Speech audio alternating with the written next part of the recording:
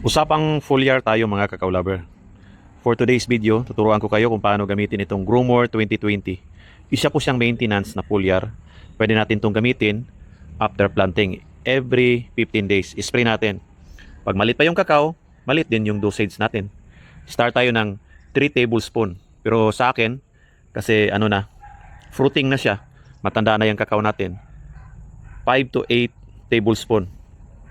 5 to 8 tablespoon kada 16 liters.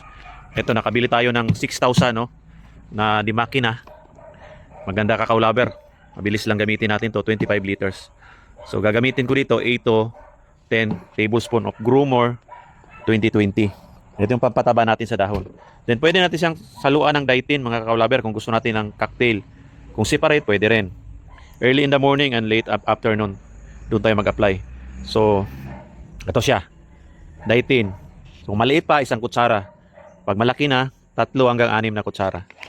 Then mayroon tayong Lambda sa Halotrin. Yan. Ano ba yung brand na yan? Basta yung importante yung active ingredients. Contact pa rin siya, insecticide. Para naman to sa dahon na hindi magbubutas-butas. Ito para sa mga punggos, mga padrat. Pero hindi siya masyado sa padrat. Kung gusto mo, ganito, Redomil Gold. Ito yung mabisa sa padrat. Pag gamit nito, i-separate mo. Separate.